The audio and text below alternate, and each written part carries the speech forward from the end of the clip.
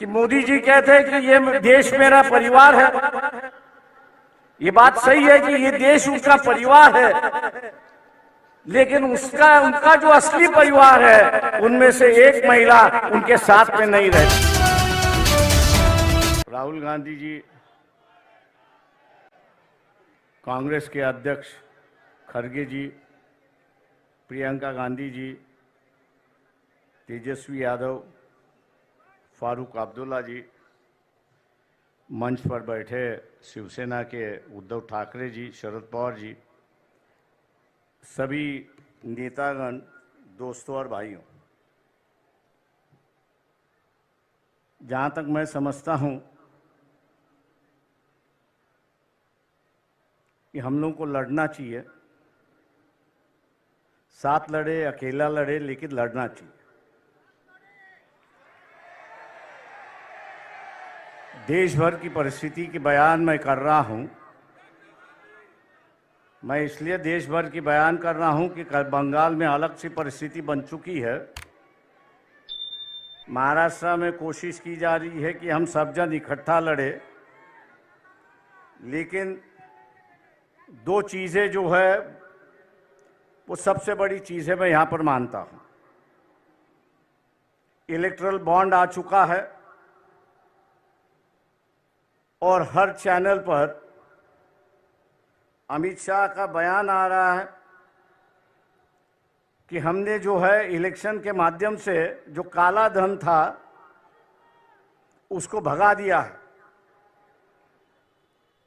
लेकिन मैं मोदी जी से और अमित शाह से पूछना चाहता हूं, future gaming and hotel service company है कि जिसकी 2021-2022 की जो नेट प्रॉफिट है, ये नेट प्रॉफिट 215 करोड़ का है और उन्होंने इलेक्ट्रल बॉन्ड जो है वे 1360 करोड़ का खरीद लिया है।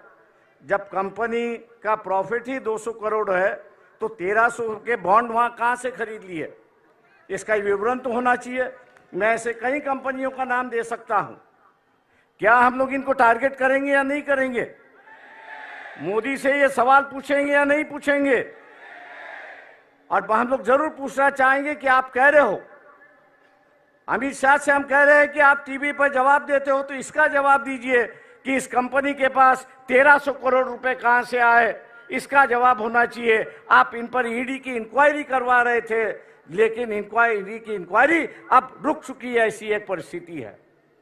मैं समझता हूं कि एक मामला है कि जिसको हमने उठाना चाहिए। दूसरा, प्रियंका गांधी जी से मेरी नम्र विनती है कि मोदी जी कहते हैं कि ये देश मेरा परिवार है। ये बात सही है कि ये देश उनका परिवार है, लेकिन उनका जो असली परिवार है उनमें से एक महिला उनके साथ में नहीं रहती है। हो सकता है कि अगले साल के इलेक्शन में जो हो रहा है, मोदी जी दोबारा प्राइम मिनिस्टर ना बने। कांग्रेस पार्टी के अध्यक्ष से भी मेरी दरखास्त है कि हम लोग इस मुद्दे को उठाए और हिंदू समाज के अंदर फैमिली का जो रिश्ता होता है वो सबसे गहरा रिश्ता होता है। मोदी जी उस रिश्ते को निभाए, उस रिश्ते को निभाए और अपनी पत्नी को अपने साथ में लेकर रहे। 2-4 दिन बाकी है, उसके लिए हम लोग को लड़ना चाहिए। मैं उम्मीद करता हूं कि खड़गे जी जब बात करेंगे इस पर जरूर अपनी टिप्पणी यहां पर करेंगे, क्योंकि वह हिंदू संस्कृति की बात करते हैं, हिंदू रिवाज की बात करते हैं और वही रिवाज और वही उसको मानने के लिए तैयार नहीं। पर्सनल मामला है, मैं जानता हूं, लेकिन कल्चरल की चर्चा जो है ये आरएसएस ने शुरुआत की, कल्चरल नेशनलिज्म की गई, कल्चरल हिंदुइज्म की गई। अब वो अगर अदा नहीं कर रहे हैं तो मैं समझता हूं कि हम लोग की जिम्मेदारी होती है कि उनको उनकी बात समझाए और उसको अदा करने के लिए वो अपना अधिकार के लिए वो लड़े और हम लोग उनको सिखाए। ऐसी एक परिस्थिति है। दोस्तों, 5 मिनट का वक्त होते आ रहा है। मैं और एक बात यहां पर कहूंगा। राहुल गांधी जी से मेरा दरखास्त है यहां पर, वो ये है कि ईवीएम जो है 2004 से मैं उससे लड़ रहा हूं। आज भी बंबई हाई कोर्ट में उसके लिए मैं लड़ रहा हूं।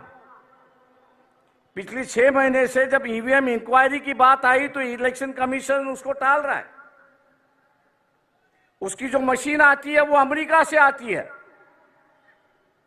लेकिन वहां के जो चिप उसमें 2 है, स्टोरेज चिप जो है, वो यहां 20-20, 25-25 रुपए में मिलते हैं कि जिसको मैन्युपुलेट होता है। राहुल गांधी से मेरी दरखास्त है कि पार्लियामेंट भी किस पे विश्वास करे, पेपर ट्रेल पे विश्वास करे और ईवीएम पे विश्वास करे। तो पार्लियामेंट ने कानून से कहा है कि अगर डिफरेंस आया, ईवीएम के काउंटिंग में डिफरेंस आया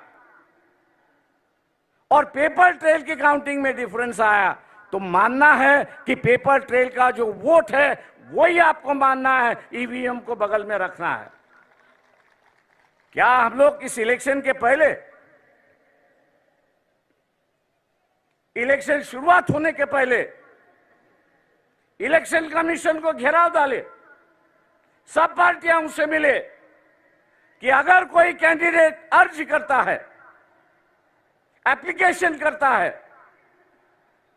कि वेरीफाइड पेपर ट्रेल जो है वो काउंटिंग होना चाहिए, उसका एप्लीकेशन मंजूर होना चाहिए।